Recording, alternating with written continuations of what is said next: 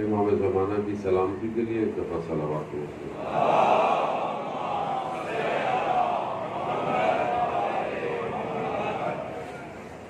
لا حول ولا قوة إلا بالله العلي العظيم حسبنا الله ونعم الوكيل نعم المولى ونعم النصير أعوذ بالله من الشيطان الرجيم بسم الله الرحمن الرحيم الحمد لله الذي يؤمن الخائفين وينجي الصالحين ويرفع المستضعفين ويجزع المستكبرين ويهلك ملوكا ويستخلف آخرين والصلاة والسلام على رسول الثقلين محبوب رب المشرقين والمغربين جد الحسن والحسين نبينا سيدنا بالقاسم محمد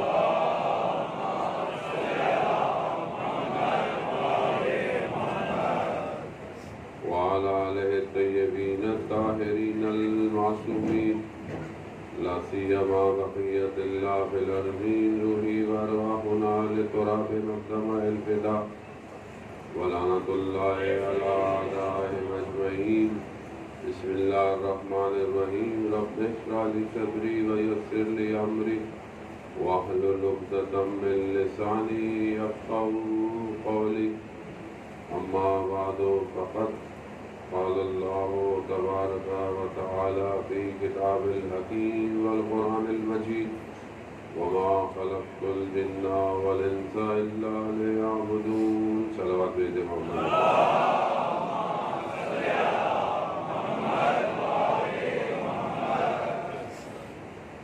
عزیزان محترم ماہ محرم المصطفیٰ ہے اور اسی سلسلے کی ایک مجلس مومنین کے درمیان میں توفیق ہوئی ہے۔ پروردگار نے انسان کو اس دنیا میں بھیجا، اس کو ایک نعمت سے نوازا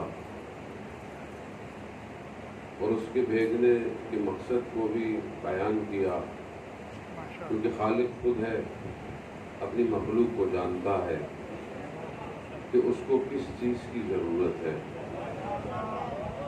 انسان کی جہاں اشرف المخلوقات ہے اور اسی کے اختیار میں پروردگار نے بہت ساری چیزوں کو فراہم کیا،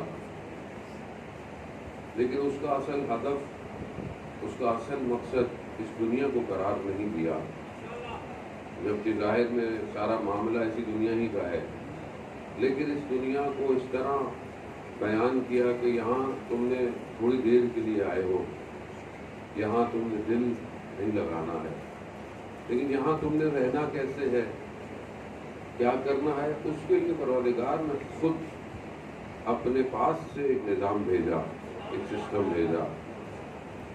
اس لیے انسان جتنی بھی ترقی کر لے وہ شاید دنیا میں تو اپنی آسائش کا سامان پیدا کر لے گا، لیکن آخرت میں کمال تک نہیں پہنچ سکتا۔ اس کمال تک پہنچنے کے لیے پروردگار نے اپنے ہادیوں کو بھیجا، لوگوں کے درمیان میں بھیجا، اور ان ہادیوں نے آ کر اس مقصد کی طرف ہماری رہنمائی کی ہے۔ انسان کے پاس اختیار ہے، انسان پہ جبر نہیں ہے، انسان پہ سختی نہیں ہے، انسان پہ زبردستی نہیں ہے، اللہ نے اس کو اختیار دیا ہے، اچھے برے کی تمیز سکھائی، اس کو عقل دی، اس عقل کو رشد کروایا ہے انبیاء نے وہ جو عقل دفن ہوئی ہوئی تھی ان کو ابھارا ہے، کیونکہ انبیاء کے آنے سے پہلے انسان جہالت میں تھا، بالکل اپنی عقل کو استعمال بالکل جانوروں کی طرح زندگی۔ نبی نے آ کر اصل میں اس موجودہ خزانے کو رشد دیا ہے۔ مبعوث انبیاء کا ایک مقصد نہج البلاغہ، خدا ہمیں توفیق دے پڑھنے کی، جہاں پر مولا متقیان نے فرمایا کہ انبیاءوں کے مبعث یعنی کہ ان کے بعثت کا ایک مقصد انسان کی اس عقلوں کو رشد دینا تھا۔ یہی تو انسان تھے جو پہلے بیٹیوں کو زندہ دفنا دیتے تھے، یہی انسان تھے جو پتھروں اور پہاڑوں میں زندگی گزارتے تھے۔ اسی انسانوں نے آہستہ آہستہ ارتقاء حاصل کی، اور وہاں پر پھر آپ دیکھیں کہ ادب اور احترام اسی رسول نے اس معاشرے کو کہ جو بیٹیوں کو دفنا دیتا تھا، وہیں پر جب اپنی بیٹی آتی تھی تو رسول خدا کھڑے ہو جاتے تھے۔ تو یہ تربیت کون کر رہا ہے؟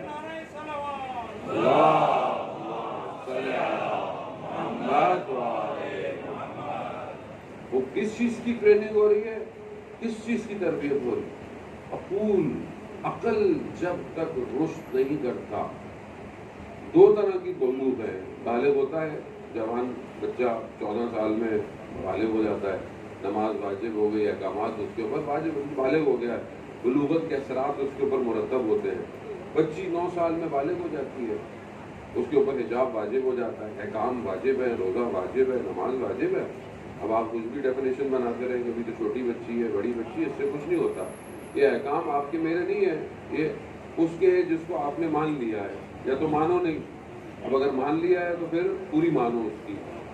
تو یہ ایک عقول جسمی ہے، ایک بلوغ بالغ ہو گیا، بلوغ جسمی ہے، ایک بلوغ عقلی ہے۔ بعض اوقات انسان 50 سال کا بھی ہو جاتا ہے، عقل بلوغ نہیں کرتی اس کی۔ تو عقل بلوغ ہونے کے لیے انسان کو ان کی بات سننی پڑتی ہے جسے پروردگار نے بھیجا ہے۔ آج دنیا آپ کے سامنے ظاہری طور پر ترقی یافتہ ہے، سب کچھ کر رہی ہے، بلڈنگیں بنا رہی ہے، پتہ نہیں کیا کیا بنا رہی ہے، لیکن عقلی طور پر بالغ کب ہوگا؟ جب شریعت پہ عمل کرے گا۔ جب شریعت پہ عمل نہیں کرے گا تو جانور ہے آپ کے سامنے، وہاں جائیں، جانوروں کی زیادہ خدمت کرتے ہیں، جانور زیادہ پیارے، ماں باپ کا احترام نہیں ہے، اسٹرکچرڈ لائف نہیں ہے، چیزیں ٹوٹی پھوٹی بھی ہیں۔ ہمارے دوست بیٹھے ہوئے جرمنی سے، ہم ایک دفعہ گئے تو ہمارے ایک دوست کام کرتے تھے کہیں، تو ان کے کلی خاتون تھی، اس دن وہ آفس نہیں آئی، کافی دن ہو گئے، تو بولا کہ خیریت کیا ہوا؟ کہا کہ میں اپنے جہاں میرا شہر تھا وہاں گئی ہوئی تھی، میرے والدہ کا انتقال ہو گیا، تو پھر کہا اس میں وقت لگ گیا چیزوں کو سمیٹنے میں، یہ وہ، تو والدہ کی ایک نشانی تھی کتا، وہ میں اپنے ساتھ لے آئی، والد کہا اس کو اولڈ ہاؤس میں چھوڑ کے آ گئی۔ جہاں عقلیں رشد نہ کریں وہ معاشرہ کیسا ہوتا ہے؟ آپ سوچے جانور لے آئی ماں کی نشانی ہے، اور باپ کو اولڈ ہاؤس میں، یہ کیوں ہے؟ تو یہاں عقلیں رشد نہیں کر رہی ہیں۔ وہاں آپ لباس دیکھیں، وہاں آپ حال دیکھیں، وہاں کیفیت دیکھیں۔ خوب انسان محرم نہ محرم کا تعلق نہ ہونا کس کی کیفیت ہے؟ جانور کی کیفیت ہے۔ جانور کو تھوڑی پتا ہے کہ صبح ہو رہی ہے، شام ہو رہا ہے، سڑک پہ کھڑا ہوں میں، روڈ پہ کھڑا ہوں میں، کیا کھڑا ہوں، یہ محرم ہے نہ محرم، اس کو تھوڑی جانوروں کا رشتوں کا پتا ہے۔ وہ یہاں عقل انسان میں اور باقی حیوانات میں فرق کیا ہے؟ انسان میں اور حیوان میں فرق یہی ہے کہ اس کو عقل دی ہے، اس کو نطق دیا ہے کہ وہ سوچے اور فکر کرے۔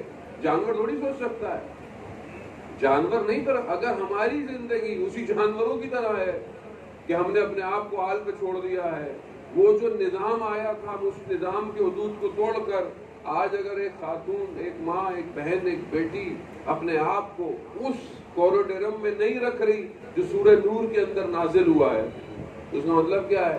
عقل رشد نہیں کر رہی ہے، یعنی عقل بلوغ نہیں ہے۔ تو جانور کی کیفیت ہے، جیسے چاہوں رہوں، جیسے چاہوں کھاؤں، جب چاہے کھاؤں، جہاں چاہے جاؤں۔ یہ انسان نہیں ہے۔ انسان وہ ہے جو حدود الہی میں رہ کر رشد کرتا ہے، انسان وہ ہے۔ تو یہ اسلام پابندی نہیں ہے، اسلام تو آزادی ہے دنیا کی ان خوفوں سے کہ اپنے آپ کو خدا کے حوالے کر دو، اور جس نے اپنے آپ کو خدا کے حوالے کر دیا پھر اسے کسی چیز کا خوف اسی لیے پروردگار نے مسلسل اپنے انبیاؤں، اولیاؤں، اوصیاؤں کو بھیجا تاکہ یہ میری یہ مخلوق چھٹ نہ جائے، میں اس کو اس کے حال پہ مت چھوڑ دوں۔ انسان محترم سمجھنے کی کوشش کرے، خدا اپنی مخلوق سے محبت کرتا ہے۔ جب فرعون ڈوبا تھا اس دریا کے اندر، جب حضرت موسیٰ نے راستہ بنایا، فرعون بھی کودا لیکن پانی آیا۔ فرعون نے حضرت موسیٰ سے مدد مانگی تھی، نہیں دی۔ پروردگار نے موسیٰ سے خطاب کیا اپنے نبی سے، کہا موسیٰ اس نے تجھ سے مدد مانگی، اس نے ہم سے مدد مانگی ہوتی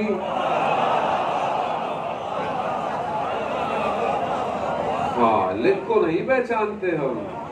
جان محترم، حضرت نوح نے کتنی دعائیں کی، پروردگار مان نہیں رہے، 950 سال تھوڑے سے لوگ، وہ بھی اتنی اذیت، اتنی تکلیف، لہو لہان ہو جانا، روز بے ہوش ہونا، روز کھڑے ہونا، وہ خدا عذاب کو خدا نے ٹالا، بہت ٹالا، کئی سال تک خدا اس عذاب کو آگے کرتا رہا۔ بہرحال پھر پانی آیا، جب یہ کشتی کنارے پہ لگی، پروردگار نے نوح سے کہا کہ جاؤ اس مٹی سے کچھ چیزیں بناؤ۔ مٹی سے کچھ انہوں نے بنائی چیزیں، پھر پروردگار نے کہا نوح ان کو توڑ دو۔ کہا پروردگار میں نے اتنی محنت سے بنایا ہے۔ کہا نوح وہ مخلوق بھی ہم نے بڑی محبت سے بنائی ہے۔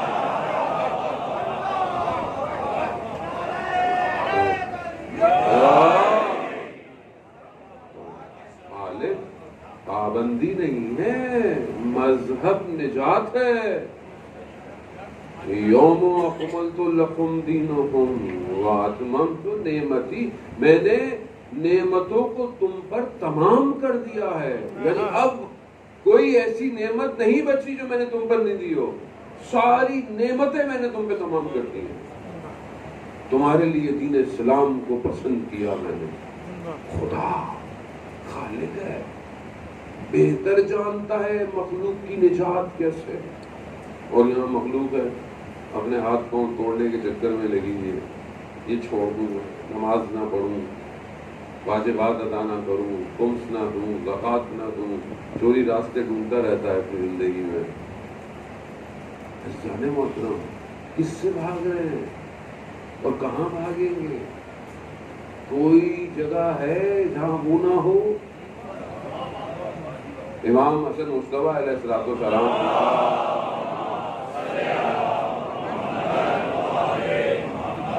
امام جو ہے، امام کے پاس شخص آیا، کہا مولا گناہ کرنا چاہتا ہوں، چھٹتا نہیں ہے۔ امام نے منع نہیں کیا، امام نے کہا وہاں گناہ کرو جہاں خدا تمہیں نہ دیکھ رہا ہو، ایسی جگہ جاؤ اور گناہ کرو۔ ہاں گناہ کرنا ہے تو پھر خدا کی دی ہوئی کوئی نعمت استعمال نہیں کرو، کوئی چیز کھاؤ نہیں، پھر جاؤ گناہ کرو۔ گناہ کرنا ہے وہاں جاؤ کہ جو خدا کی حکومت میں نہ ہو، خدا کے اختیار ہو، کہاں جا کے گناہ کرے گا؟ کس جگہ بھی چلے جائیں، ہے کوئی جگہ جہاں وہ نہ ہو؟ تو پھر فرار کیسا ہے اپنی زندگی میں؟ انسان پروردگار حدیث قدسی میں بیان فرماتا ہے کہ اے بنی آدم، میں نے پوری کائنات کو تمہارے لیے خلق کیا ہے اور تمہیں میں نے اپنے لیے خلق کیا ہے۔ یہ سب میں نے تمہیں دیا اس لیے کہ تم میری طرف پلٹو۔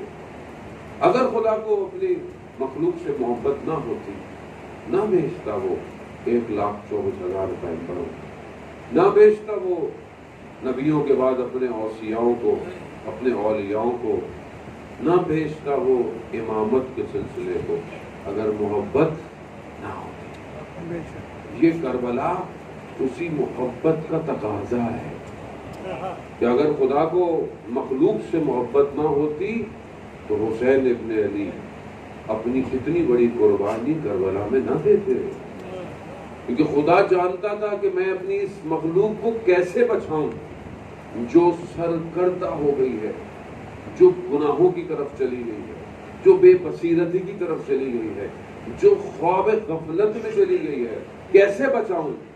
اپنے بہترین بندوں کا انتخاب کیا، ان بہترین میں سے اس شخص نے، اس ہستی نے آ کر کربلا میں اپنے خون سے دین اسلام کے درخت کی آبیاری کی ہے۔ حسین کٹ جائے مگر دین اسلام بچ جائے۔ یہ عشق اور محبت کا تقاضا ہے۔ حدیث قدسی ہے، پروردگار کہتا ہے کہ میں جس سے محبت کرتا ہوں میں اسے قتل کر دیتا ہوں، میں جس سے محبت کرتا ہوں میں اسے قتل کر دیتا ہوں، اور پھر اس کا دیا میں خود بن جاتا ہوں۔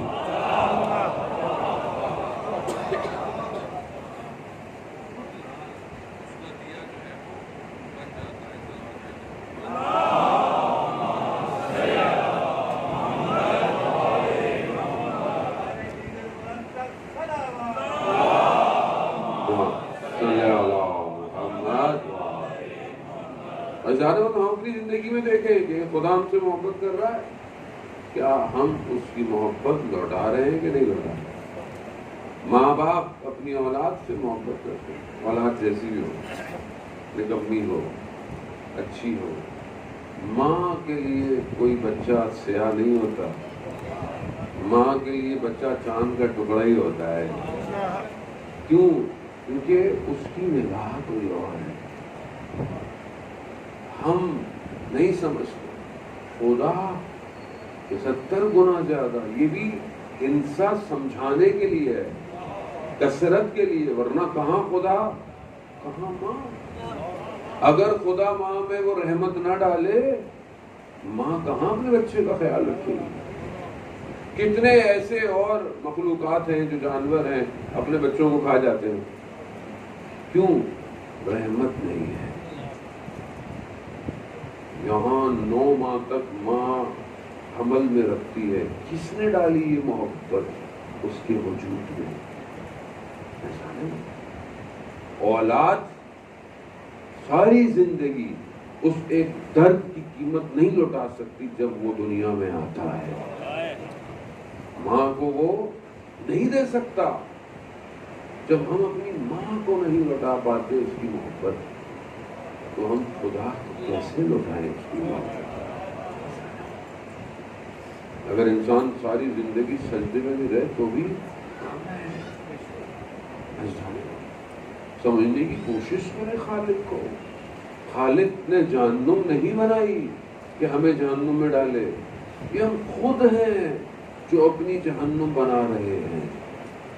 اس نے تو ہمیں نبیوں کو بھیجا، ہادیوں کو بھیجا، کتنی سختیاں برداشت کی اللہ کے نبیوں نے۔ کس نبی نے سختی نہیں برداشت کی آپ کے سامنے؟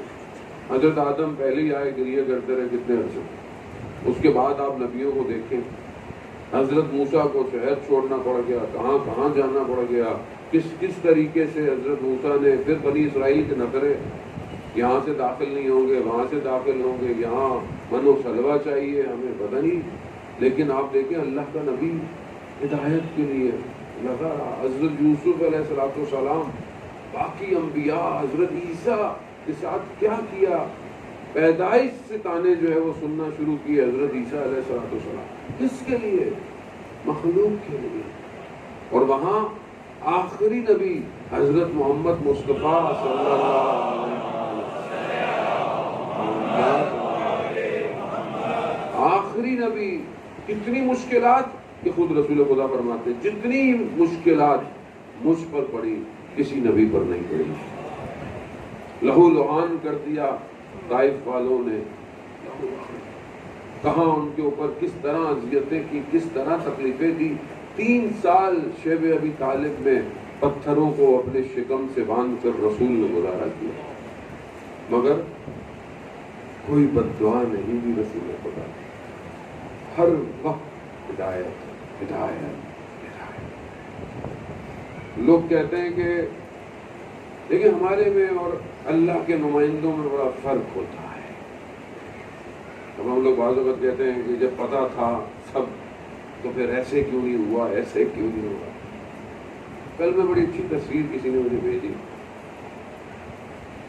کیونکہ عراق کے حالات ایک آدھ دن خراب رہے، بہرحال پھر بہتر ہو گئے، تو تصویر بھیجی، کہیں فوجی ہیں اور پہاڑی جگہ ہے، فوجی آہستہ آہستہ چل رہے ہیں.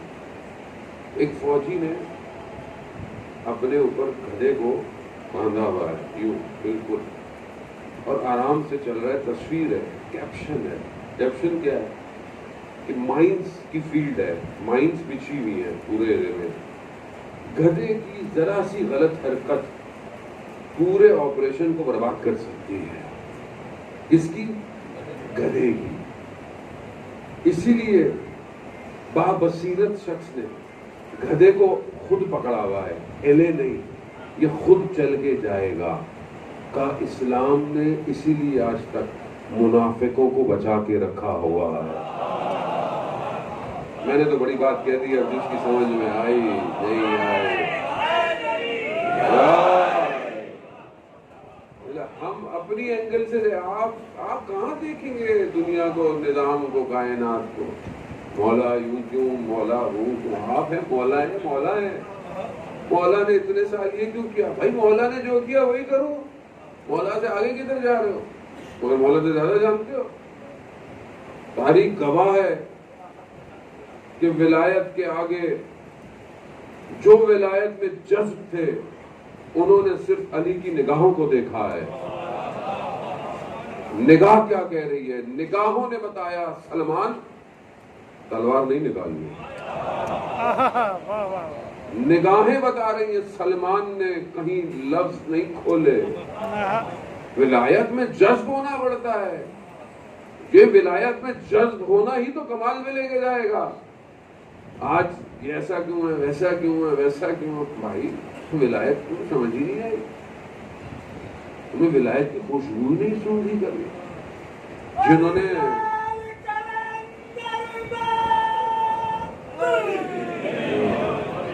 اب آپ ولایت کو دیکھیں. ملک اشتر دشمن کے خیمے میں پہنچ گیا. یا مولا نے کہا ملک اشتر واپس. مولا دشمن تلوار بالکل پہنچ چکی, نہیں پوچھا بھی نہیں, بولا بھی نہیں, سوچا بھی نہیں. کیوں؟ ولایت. ولایت یہی ولایت تو ہے جو سمجھانے کی کوشش کی جا رہی ہے. اصل مسئلہ اسی ولایت کی اطاعت کا ہے. ورنہ جو باقی لوگ جو اٹھے آگے پیچھے, خرابی کس چیز کی ہوئی کہ ولایت کو سمجھے نہیں. کوئی کہنے لگے قرآن کافی, کوئی کہنے لگا یہ کافی, کوئی کہنے لگا یہ کافی. بھائی اللہ بہتر جانتا ہے اپنے نظام کو کیسے چلانا ہے, خدا بہتر جانتا. اور اب غیبت کے پردے میں امام موجود نہیں ہے, ظاہر ہے ہم غائب ہیں. امام غائب نہیں, ہم غائب ہیں. اصل میں ہم جو غیبت کے اندر ہیں, اس غیبت کے اندر اس امام کی ولایت کو ہم کیسے پکڑیں, کس کو فالو کریں, کس کی شکل دیکھیں, کس کی نگاہوں کو دیکھیں, کس کے جملوں کو دیکھیں.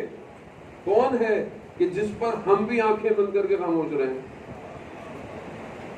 یہ سمجھ میں نہیں آئے گا ہمیں. مشکل کام ہے, سمجھنے کی کوشش کریں. آپ نے کل دیکھی عراق کی, اگر آپ نے پرسوں کی اور کل کی ویڈیو دیکھی ہوتی اور دیکھی ہوئی, ایک مرجے کی طاقت دیکھی آپ نے. 1 گھنٹے میں اگر گھروں کو واپس نہیں گئے, 1 گھنٹے میں, ورنہ سول کرائسس تھا. امریکہ, اسرائیل, داعش کے لوگ پکڑے گئے, کیمروں میں دیکھے جا رہے ہیں. نفوذ, دنیا جہان کا اسلحہ, کس طرح انہوں نے ہر چیز کو. سیکیورٹی صرف پولیٹیکل مسئلہ نہیں تھا, پوری امنیت تھریٹن پر تھی. پوری امنیت, خطے کی امنیت تھریٹن پر تھی.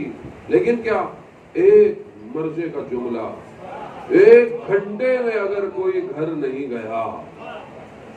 ابھی بھی آپ کچھ دور کے اندر نابینا ہو کر آپ دیکھتے ہیں کہ ولایت کو کہاں ڈھونڈوں میں.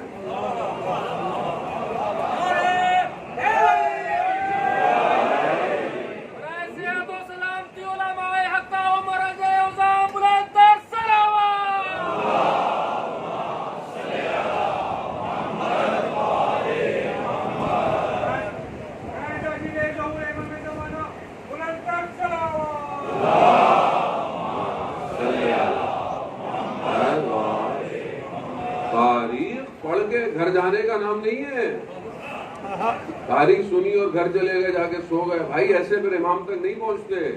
تاریخ تحلیل کرو، کیسے کیوں نہیں کوئی پہنچا، اور جو پہنچا وہ کیسے پہنچا تھا. جو ولایت میں جذب ہوا اس نے کبھی امام سے یہ نہیں پوچھا مولا آپ نے ایسا کیوں نہیں کیا، ایسا کیوں نہیں کیا. کیوں؟ کیونکہ جانتا ہے امام کائنات کا امام ہے. امام صرف اس زمین کا، اس مخلوق کا امام نہیں ہے، امام کائنات کا امام ہے. کیوں نہیں آج دنیا روک پاتی عزاداری کو؟ مگر عزاداری کا معاملہ کسی فرقے سے ہے، عزاداری کا معاملہ کسی ایک قوم سے ہے، عزاداری کا معاملہ کسی ایک ملک سے ہے. نہیں، جس امام کے لیے عرش کے دائیں طرف لکھا ہو ان الحسین مصباح الہدی،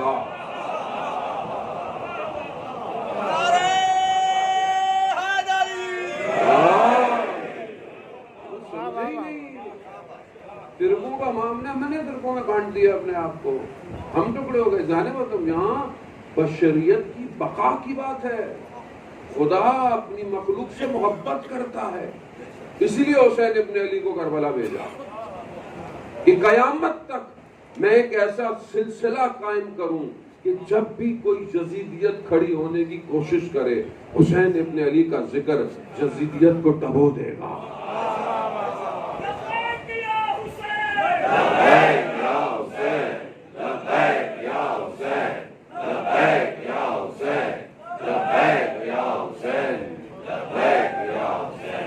وہ سمجھنے کی کوشش کریں، اس کو کوئی نہیں روک سکتا، اسے کوئی اصل آپشن ہی نہیں ہے روکنے کا. آپشن پوری دنیا نے طاقت لگائی ہے، کل پرسوں حالاتوں اربعین کے جھوٹے ہوئے، پوری مشینری کام کر رہی تھی اسرائیل کی میڈیا پہ کہ ایسی چیزیں خبریں گئیں کہ لوگ اربعین پہ نہ آئے. انہیں آج بھی حسین ابن علی سے ڈر لگتا ہے.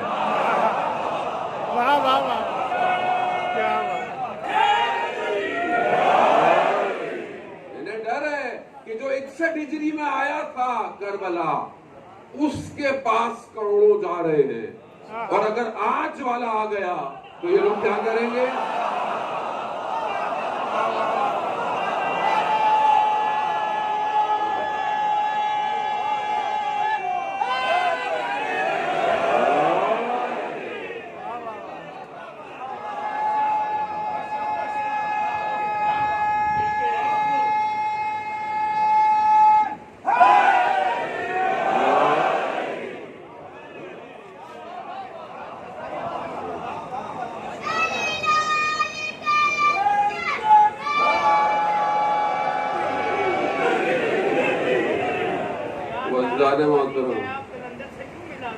عزیزان محترم، اللہ اکبر، خیر چلے، اللہ اکبر. عزیزان محترم سمجھنے کی کوشش کریں. مجھے پڑھنے سے اجازت ہے. عزیزان محترم، خوب وہاں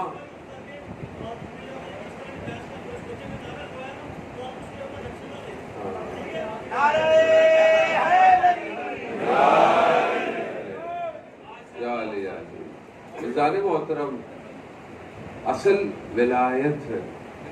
ولایت کو سمجھے، رائٹ لیفٹ نہ ہو، ولایت کو سمجھے، حقیقت کو سمجھے اور اس طرف پہنچے. گھبرا رہا ہے دشمن آج اس سے گھبرا رہا ہے. کروڑوں کی تعداد ہے، کروڑوں لوگ جو ہے وہ اسے گھبراہٹ ہے.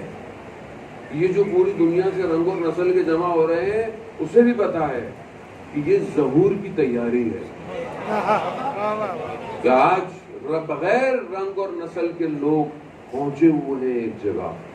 نہ زبان جانتے ہیں ایک دوسرے کی، نہ نام جانتے ہیں ایک دوسرے کا، نہ بات جانتے ہیں، مگر یہ 70-80 کلومیٹر کی ایک حکومت ایسی ہے کہ جسے پوری دنیا کی کوئی حکومت چلا نہیں سکتی. نہ ایک وقت کا کھانا دے سکتا ہے، نہ ان کو کوئی رہن سہن دے سکتا ہے، مگر یہ اس پورے 1 کلومیٹر 90-80 کلومیٹر میں یہ 3 کروڑ ایسے سماتے ہیں. اسے کون چلا رہا ہے؟ یہی تو ایک ایگزامپل ہے ظہور کی کہ وہاں آپ دیکھیں کوئی کسی کے نام کو نہیں جانتا، کوئی امیر نہیں ہے، کوئی غریب نہیں ہے، کوئی بچہ نہیں ہے، کوئی بوڑھا نہیں ہے، اگر کروڑ پتی ہے وہ بھی خواب پہ بیٹھا ہوا ہے، اور وہاں کسی کے اندر ہوس نہیں ہے۔ آپ سمجھنے کی کوشش کریں، یہ معجزہ ہے۔ وہاں ہوس نہیں ہوتی کسی کو کہ میں پہلے کچھ کھا لوں، میں پہلے کچھ لے لوں، میں پہلے جا کے سو جاؤں۔ نہیں، آپ بیٹھے بھی ہوتے ہیں تو اٹھ جاتے ہیں، آپ آ جائیے، میں آپ کے پاؤں دباتا ہوں، میں آپ کی ٹانگیں دباتا ہوں۔ معاملہ کیا ہے؟ معاملہ کوئی اور ہے۔ یہ حکومت حسین ابن علی کی ہے۔ یہاں پر صرف سیکریفائس ہے، صرف قربانی۔ یہی تو گھبراہٹ ہے انہیں کہ لوگ کروڑوں روپے خرچ کر کر جمع ہو رہے ہیں، نہ کوئی بلا رہا ہے، نہ کوئی دعوت ہے، مر رہے ہیں لوگ، سالوں سال دعائیں کرتے ہیں، پیسے جمع کرتے ہیں، کاش ہمیں امام بلا رہے، اور پیسوں سے بھی نہیں جا سکتا جب تک خود امام حسین بلائے نہیں ایسے نہیں لے کے جا سکتے۔ یہ تو مطلب ہے کہ یہ تیاری ہے اس تک پہنچنے کے لیے جو پردہ غیبت میں انتظار کر رہا ہے۔ جانے ولایت کو سمجھے، سمجھنے کی دنیا کا نظام نہیں انسان کو بچا سکتے۔ خدا کو اپنی مخلوق سے محبت ہے، خدا نہیں چاہتا کہ مخلوق اس طرح رول جائے اور برباد ہو جائے۔ خدا نے اس لیے اپنے آخری ہادی کو ہمارے درمیان میں زندہ رکھا ہو۔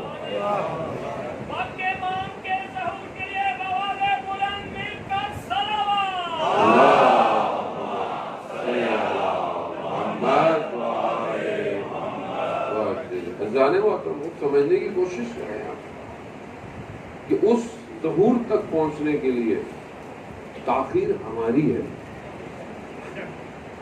ہمارے پاس بہرحال جو بچہ ہے بچے بھی محبت سے اپنے بچے کو کیا بچے کو نہیں پتا ہوتا اتنا، بہرحال اس نے تو عشق ولایت میں جو اپنے لبوں کو ہلایا ہے، یہ ہماری اپنی ہے کہ ہم کس طرح معاشرے کی تربیت کرتے ہیں، یہ ہمارا اپنا قصور ہے۔ جانے محترم تو ہم اسی طرح تربیت کریں اپنے نفسوں کی۔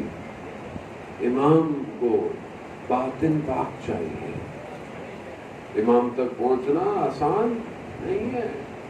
امام تک پہنچنے کے لیے ڈیزگنیشن پوسٹ نہیں چاہیے، امام تک پہنچنے کے لیے ولایت میں جذب ہو انسان۔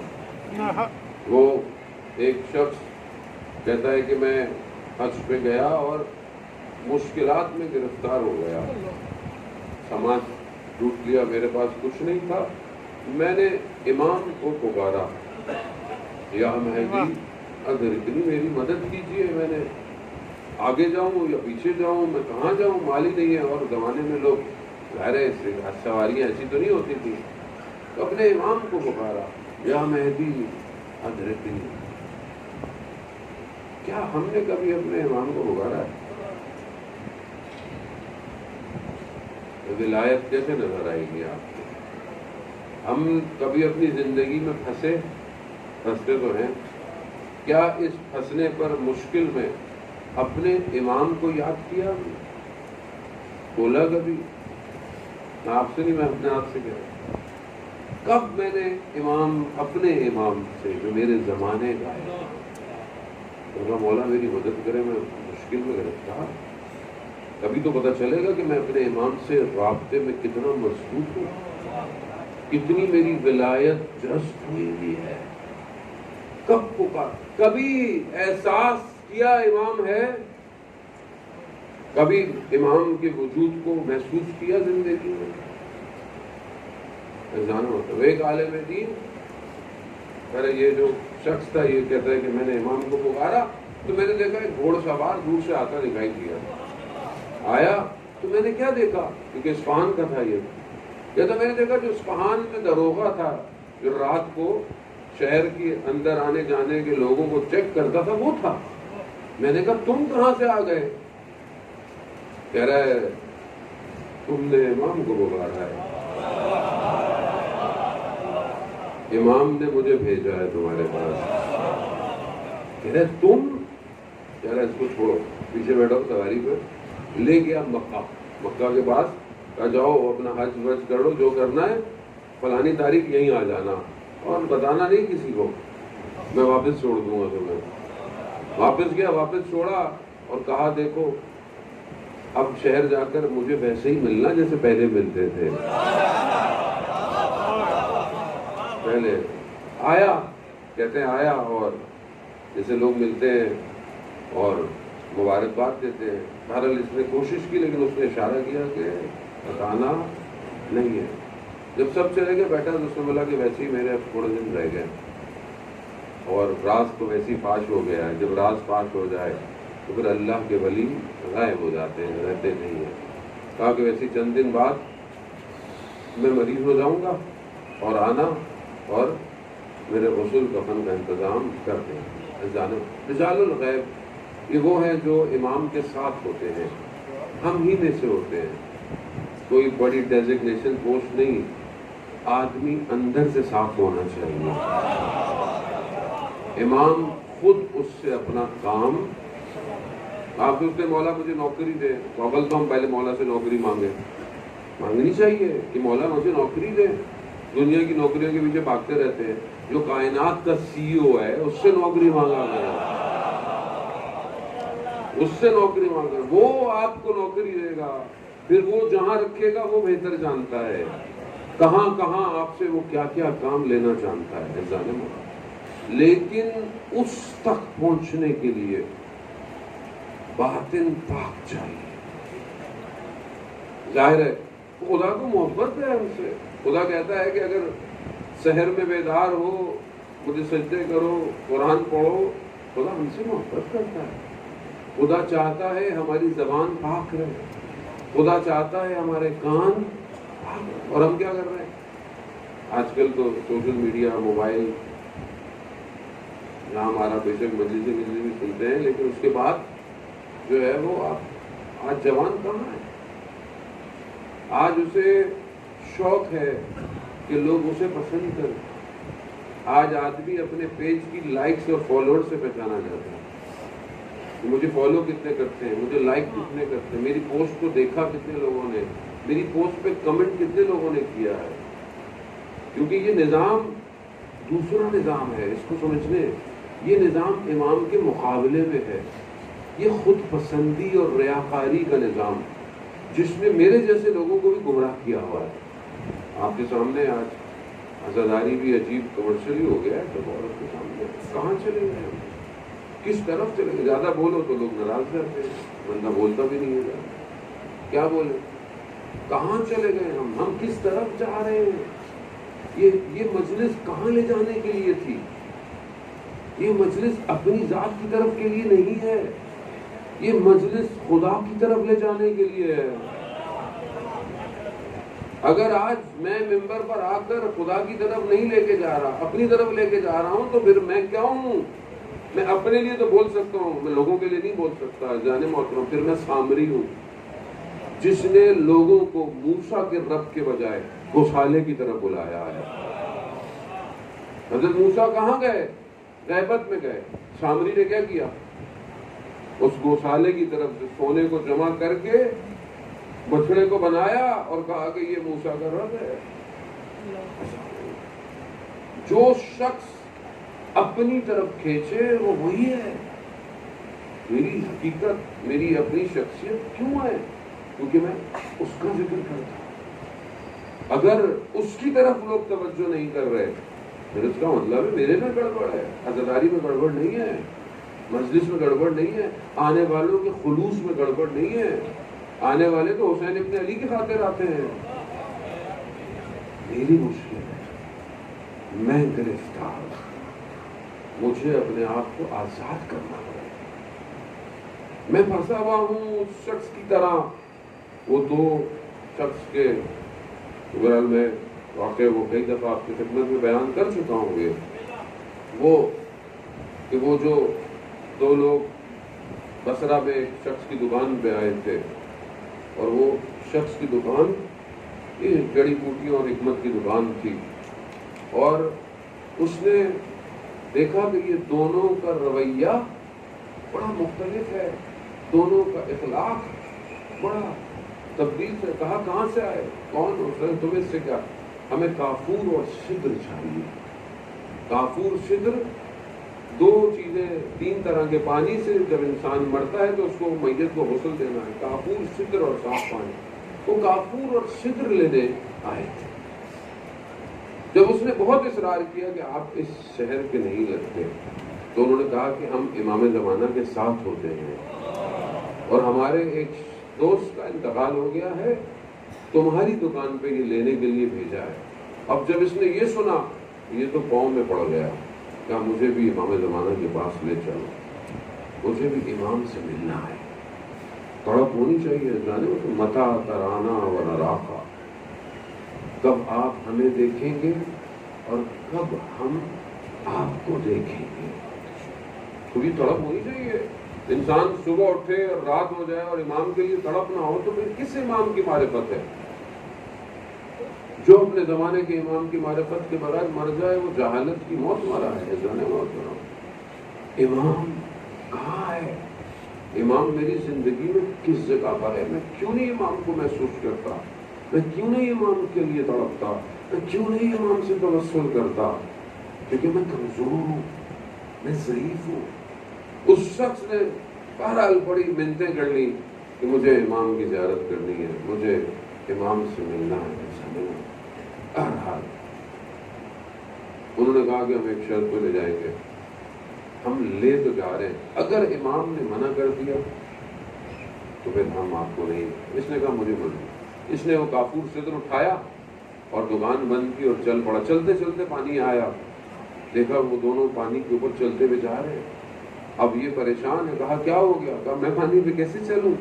کہا بسم اللہ پڑھو اور خدا کو آخری اجرت کا واسطہ دو، دیا اور چلنا شروع ہو گیا۔ پانی پہ چلتے چلتے صرف پانی، کالے بادل آئے، بارش شروع ہو گئی، چاروں طرف پانی ہے، لباس پہ پانی گرنا شروع ہوا، پانی، کپڑے گیلے ہو گئے، بھیگ گئے۔ اسے یاد آیا، اس کے ذہن میں جیسی بارش اسے آئی تو اس کے ذہن میں آیا کہ اس نے اپنی دکان کی چھت پہ کچھ صابن رکھے تھے سوکھنے کے لیے۔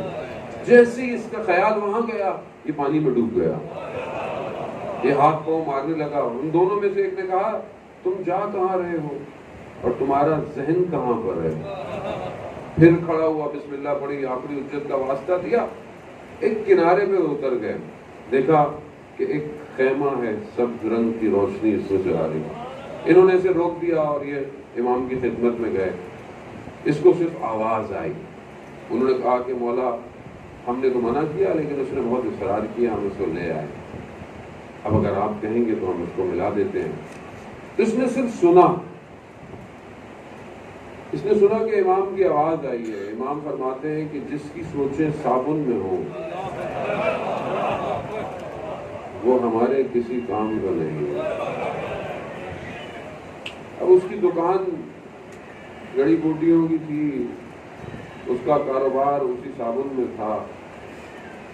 میرا صابن تو اور ہے، میرا صابن میری کتابیں، میرا درس، میری مجلس، مجھے اپنی مجلس پوری کرنی ہے۔ کتنی پڑھ لی؟ 3 پڑھ لی، 4 پڑھ لی، 5 پڑھ لی؟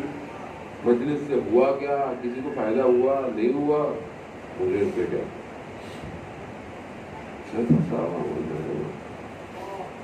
اور امام نے بلا لیا، آ جاؤ۔ میں تو یہ نہ کہہ دوں مولا وہ تو میری مجلس کا وقت ہے، میں آپ کو نہیں دے سکتا، آپ کے دل پاک ہے، لیکن ہر کوئی اپنے صابن میں پھنسا ہوا ہے، تبھی تو پہنچ نہیں پا رہا۔ آسان نہیں ہے ولایت میں جذب ہونا، ایسے سلمان و منا اہل بیت نہیں بنتے، ایسے بوزر اور کمبر و عمار،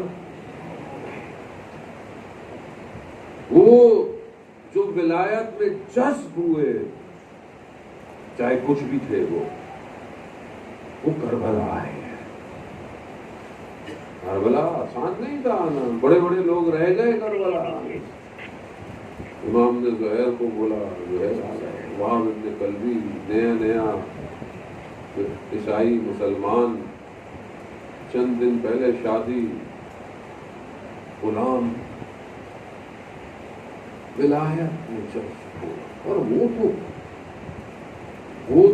مرحلہ ہے جسے امام نے خود کہا کہ جو مجھے ملے صحابی وہ کسی کو نہیں ملے، یعنی وہ تو ولایت میں جذب ہونے کا آخری مرحلہ ہے جو کربلا میں امام پر جذب ہوا،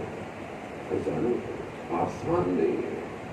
یا لیتنی کنت معکم فافوز فوزا عظیما، کاش ہم بھی آپ کے ساتھ ہوتے، ہم بھی ایک عظیم قربانی حاصل کرتے۔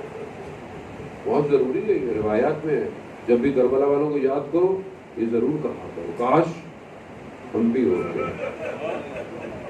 خدا ہم سب کو کربلا کی زیارت نصیب فرمائے۔ رضوان محترم، بہرحال اس سال خدا نے کرم کیا، امام حسین نے میں کئی دفعہ گیا اور وہ گنج شہداء کی جالی کو پکڑ کر میں نے یہ کہا یا لیتنی کنت معکم، کاش۔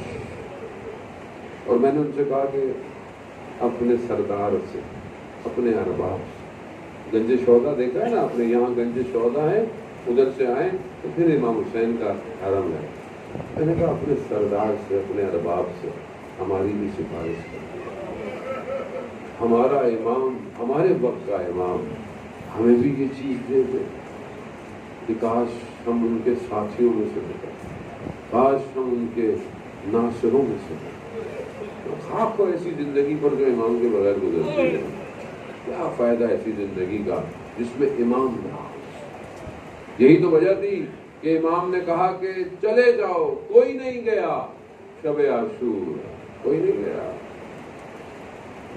3 دفعہ شمع گل ہو کر روشن ہو گئی،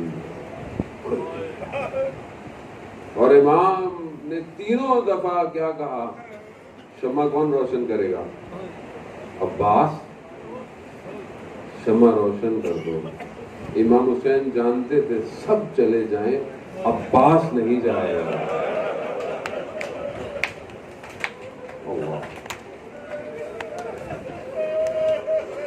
جذب ولایت ہے۔ ہاں، روز عاشورہ کے مصائب آپ سنتے ہیں، بہرحال مجلس جو ہے وہ سید الساجدین کی ہے۔ عزیزان محترم، روز عاشور جب سب ختم ہو گیا، کہتے ہیں امام اپنے بیٹے سے ودا کرنے آئے۔ امام مریض ہیں، بیمار ہیں۔ امام نے جب آنکھ کھولی تو کیا دیکھا؟ بابا کے چہرے پر خون لگا ہوا ہے۔ صبح سے امام بھوکے اور پیاسے ہیں، کتنے بدنوں کو لا رہے ہیں، آپ کے سامنے ہیں۔ علی اکبر کے برچی کا داغ سینے پر ہے، عباس کے کٹے ہوئے بازو، علی اصغر کے گلے کا تیر۔ یہ سب مصیبتوں کو لے کر امام سجاد نے جب دیکھا نا بابا کے چہرے پر خون ہے، امام سجاد نے فوراً بھائی علی اکبر کو آواز دی، چچا عباس کو آواز دی، کہاں ہے؟ امام نے کہا بیٹا سجاد، یا میں ہوں یا عزیزان محترم، یہ مصیبتیں، یہ سختیاں، یہ مشکلات سید الساجدین نے بہت مصیبتیں آئیں امام پر۔ اسی لیے کہتے ہیں کہ جب بھی امام دیکھتے تھے کہ کوئی قصاب قربانی کر رہا ہے تو امام اس کی خدمت میں جاتے تھے، جیسے اس کو پانی پلایا ہے، کہتے تھے مولا ہم مسلمان ہیں، پانی پلاتے ہیں۔ امام زمین پہ بیٹھ گئے، مگر کربلا میں کون تھے جنہوں نے میرے بابا کو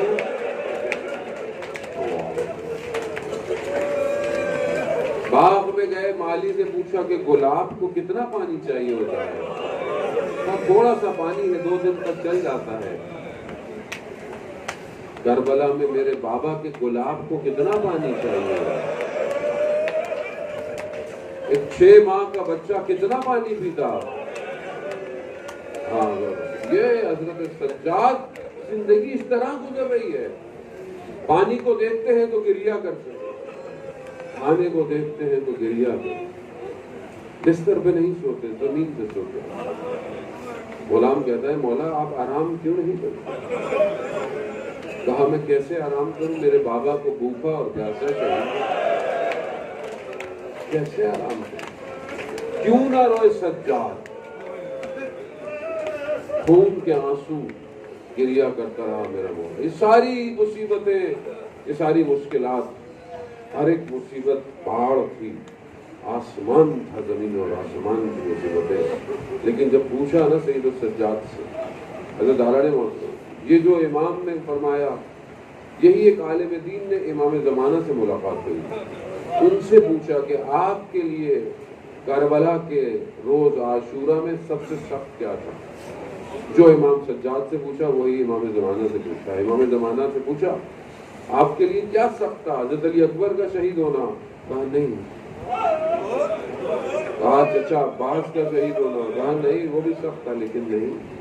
کہا آپ کے جد امام حسین کی شہادت؟ کہا نہیں۔ کہا تو مولا آپ کے لیے سب سے سخت کیا ہے؟ کہا میری پھوپھی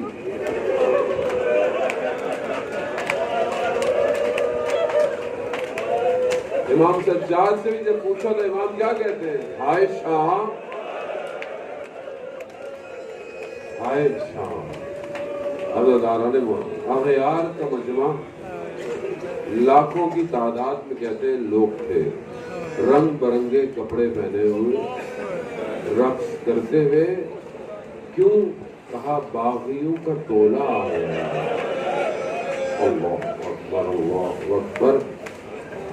جب دربار میں گئے تو بی بی نے یہی کہا اور امام سجاد نے بھی کہا، یزید تیری عورتیں پردے میں بیٹھے ہیں اور آل رسول مجمع میں کھڑے ہو، بہت مصیبت ہے۔ اس سے بڑی سخت مصیبت ہم درد نہیں کر سکتے مشکلات کو ایک لمحے کے لیے بھی۔ ہاں عزادار، بس آپ سے آخری التماس سے دعا، امام سجاد جب روزے عاشور گزرنے کے بعد جب 13 محرم کو اجازت امامت سے واپس کربلا آئے ہیں، ہاتھوں میں ہتھکڑیاں ہیں، پاؤں میں جو ہے وہ بیڑیاں ہیں، گلوں میں توق ہے، بنی اسد کا قبیلہ بدنوں کو دیکھ رہا۔ امام نے ان کے ساتھ ایک ایک بدن کو دفنایا، اس کو یہاں دفناؤ، اس کو وہاں۔ کیوں؟ کیونکہ کسی کو پتا نہیں ہے کس کا بدن کیسا ہے۔